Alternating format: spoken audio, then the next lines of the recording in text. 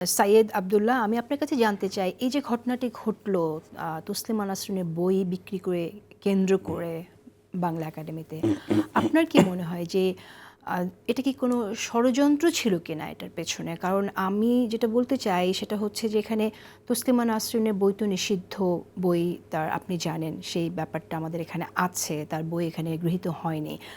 এর মাঝে যখন বইটা নিয়ে এসেছে এবং তারপর সেখানে যারা আপত্তি জানাতে গেছে তারা ওখানে ওইভাবে আপত্তি জানিয়েছে, হেনস্থা করেছে, খুবই নিন্দনীয় ঘটনা। তারা একটা বাংলা একাডেমির আহ, প্রশাসনকে জানাতে পারতো, অফিসিয়ালি জানাতে পারতো, সেটা না করে হেনস্থা করেছে লেখককে। আবার আপনি জানেন যে সেখানে কিন্তু লেখক যিনি ছিলেন ওই স্টলে, তিনি এখানে এসে জয় বাংলা স্লোগান দিয়েছে। তো এখানে এই বইটা আজকে তোলা তার মানে হচ্ছে ফ্যাসিস্টকে এনাবেল করেছে যারা, তাদের প্রতিনিধিই কিন্তু করছেন তসলিমা নাসরিন। তিনি বরাবরই কিন্তু আওয়ামী লীগের পক্ষে কথা বলে যাচ্ছেন। তো তার বইকে তোলা হলো, সেটাও যেমন নিন্দনীয়, পাশাপাশি আবার এখানে যে ঘটনাটি ঘটেছে, হেনস্থার ঘটনা, সেটাও খুব নিন্দনীয়। তো আমি আপনার কাছে যেটা জানতে চাই যে ঘটনাটি আসলে কোনো ষড়যন্ত্রের অংশ কিনা, কারা করলো এটা? আসলে বর্তমানে এত স্রোত একই সাথে প্রবাহিত হয়, কোনটা ষড়যন্ত্র কোনটা স্পন্টেনিয়াসলি গড়ে ওঠা, এই ব্যাপারটা বুঝতেও কিছুটা সময় লাগে। যেমন আজকেই তো বিকেলবেলার ঘটনা, তো এই ব্যাপারটা এত কুইক রিয়াকশন দিয়ে একটা কনক্লুসিভ রিমার্কে চলে যাওয়াটা মুশকিল। তবে আমার মনে হয় জেনারেল যে কিছু কথা আছে সেই কথাটা বলে রাখাটা ভালো। তসলিমা নাসরিনের সমাজে গ্রহণযোগ্যতা কতটুকুন, মানে আমি দৃঢ়ভাবে বিশ্বাস করি, আমার সাথেও যারা আছে তারা বলতে পারবে যে উনাকে যদি বিতর্কিত করে উনার বই যদি সেরাফারা করা হয়, বারবার করে হয়, আদতে তসলিমা নাসরিনের মতো মৃতপ্রায় একটা ক্যারেক্টারকে আবার আলোচনার কেন্দ্রবিন্দুতে আনা হয়। দেখেন, এই কাজটা যদি না করা হতো, আপনার এই টকশোর এত গুরুত্বপূর্ণ একটা অনুষ্ঠানে তার নামকে আলোচিত হতো না।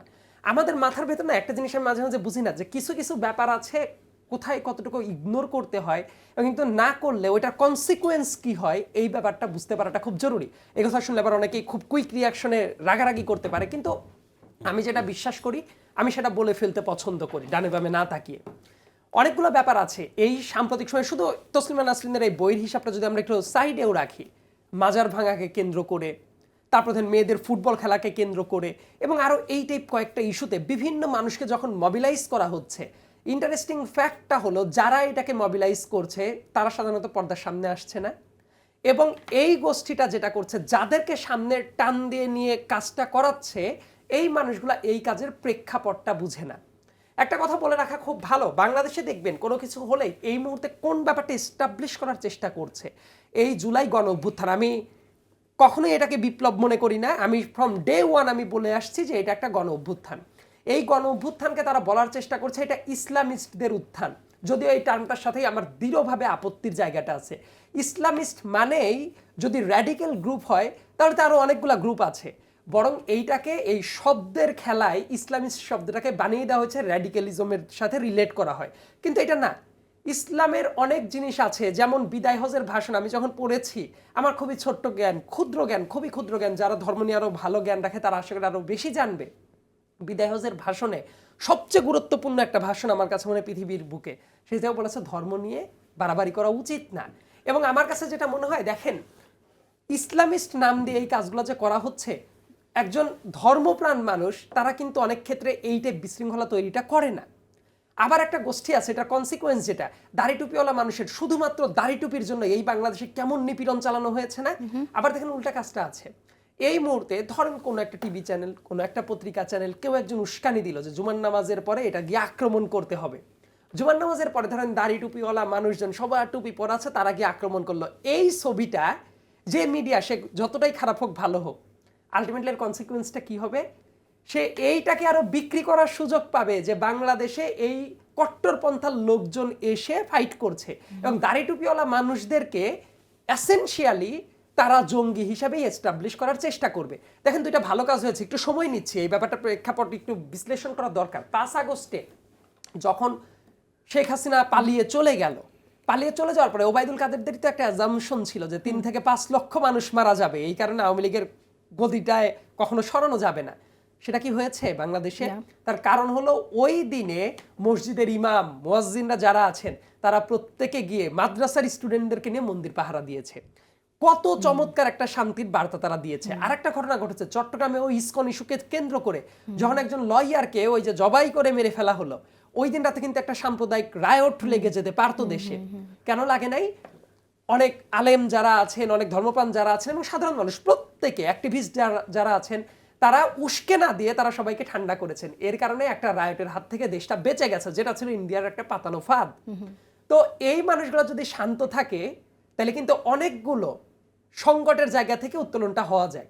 কিন্তু দেখেন, জাস্ট উল্টা কাজটা যদি হয়, মাজার ভাঙা, আমি দৃঢ়ভাবে মিডিয়ার সামনেই বলছি, এই যে অনেকে মাজারকে পূজা করবে, কোনো কিছু করবে, এইটা আমার ধর্ম বিশ্বাসের সাথে যায় না, এইটাকে আমি মনে করি আমার ধর্মের সাথে কনফ্লিক্টিং, এইটাকে আমি একদমই পছন্দ করি না। ইয়েট যে জিনিসটা আমি পছন্দ করি না, অন্য কেউ যদি করে তার ওই করার রাইটটাকে আমি ইনফ্লুয়েন্স করব না, এইটাই হলো তার অধিকারের প্রতি আমার রেসপেক্ট। এবং এই কাজটা যদি করা হয়, আলটিমেটলি মাজার ভেঙে কি খুব বেশি কিছু করা গেছে? বরং এইটার যে একটা বাজে মেসেজ যেটা যাচ্ছে, সেটাই গণ অভ্যুত্থানের পরিপন্থী একটা ব্যাপার। সো সেম কাহিনী বইমেলার ক্ষেত্রে যে কথাটা বললেন, আমার কাছে মনে হয় তসলিমা নাসরিন এত এত এত উল্টাপাল্টা গার্বেজ কথাবার্তা বলে, তার তো কোনো রেলেভেন্স নাই। কিন্তু এইভাবে নিয়ে এসে তাকে যদি আবার কিছু হুমকি ধামকি অমক তমক দেওয়া হয়, আমার মনে হয় যে তসলিমা নাসরিনের পয়েন্ট অফ ভিউ থেকে সে খুশি হবে যে ও, তাকে নিয়ে আবার একটু আলোচনা শুরু হচ্ছে মিডিয়ায়। অনেকদিন তো মিডিয়ায় সে অনুপস্থিত, আবার দেখেন মিডিয়াতে বিবিসিও দেখলাম তাকে নিয়ে নিউজ করেছে। তবে কয়েকটা জিনিস খুব সিরিয়াসলি মাথায় রাখা উচিত, এই টাইপ ডিবেট উস্কে যদি দেয়, সেই ক্ষেত্রে মানুষের ল অ্যান্ড অর্ডারের প্রতি রেসপেক্ট রাখাটা খুব বেশি মাত্রায় জরুরি। ধরেন একটা নিষিদ্ধ বই নিয়ে আসলো, মানুষ কি করবে? ওইটা স্টল আক্রমণ করবে, ওই জায়গায় যারা আছে তাদের আক্রমণ করবে? নো, মেলায় পুলিশও ছিল, তাদের কাছে গিয়ে রিপোর্ট দিক, অফিসিয়াল চিঠি দিক, একটা সিস্টেম অনুযায়ী হোক। মানে গণঅভ্যুত্থানের পরে যেটা হচ্ছে, অনেকেই মাথাটা ঠিক রাখতে পারছে না। যার যা খুশি এটাই যদি করে, তাহলে রাষ্ট্র কোনো অবস্থাতেই ফাংশন করতে পারে না। বাংলা একাডেমি যে বইটা রাখলে, ব্যাপারটা আপনি কি মনে করেন যে বাংলা একাডেমি? আমার কাছে মনে হয় যে এই ব্যাপারটা যারা রেখেছে যদি নিষিদ্ধ হয় এবং তারপরেও যদি রাখে, তাদের বিরুদ্ধে তাদের গঠনতন্ত্র নিষিদ্ধ সকল বই রাখার ব্যাপারে একটা সিদ্ধান্ত কি হয়েছে কিনা, এবং সেখানে আমি একটা কথা সিদ্ধান্ত বলি, নিয়ে বইটা এসেছে কিনা। মূলত বই নিষিদ্ধ করা বা না করা এটা অনেক লম্বা আলোচনায় চলে যাবে, আমি আলোচনা যাচ্ছি না। আসলে কোনো বই নিষিদ্ধ করেও কোনোদিন রুদ্ধ করা যায় না। বাংলা একাডেমিতে 2023 সালে যে বইমেলাটা হয়েছিল, আমরা ওটার নাম দিয়েছিলাম আদর্শহীন বইমেলা। কারণ আদর্শ যে খুবই চমৎকার ভূমিকা রেখেছিল, তিনটা বই নিষিদ্ধ করা হয়েছিল, এটার জন্য আমরা অ্যাক্টিভিজম করেছিলাম। তো ওইটা করার টাইমে যেটা হয়েছে, আদর্শকে স্টলই দেওয়া হয় না ওই তিনটা বইয়ের শর্ততে। তো ওই প্রকাশক এটা কিন্তু মানেন না, উনি বলছেন না ওই তিনটা বই কেন আমরা ব্যান করব। সো বই ব্যান করে পৃথিবীর বুকে নিষিদ্ধ বই, নিষিদ্ধ চলচ্চিত্র, বরং এগুলো আরো বেশি চলে। সো এইটা নিয়ে আলাদা ডিবেট, কিন্তু আমি যেটা বলার চেষ্টা করছি, এটা সিস্টেমেটিক ওয়েতে রিপোর্ট করার জায়গা ছিল। কিন্তু কোনো কিছু হলেই সবাই মিলে যে আক্রমণ করতে হবে, এই মুহূর্তে এই ব্যাপারটা যারা উস্কে দিচ্ছে মনে করছে ভালো থাকবে, এটা আসলে তসলিমা নাসরিনের প্রসঙ্গটা এজন্যই আসছে যে তসলিমা নাসরিন কিন্তু ফ্যাসিস্টকে সবসময় সহযোগিতা করে গেছে, তার পক্ষে কথা বলেছে, সেই জন্যই এই প্রসঙ্গটা আসছে। আবার আসবো সাইয়েদ আব্দুল্লাহ আপনার কাছে।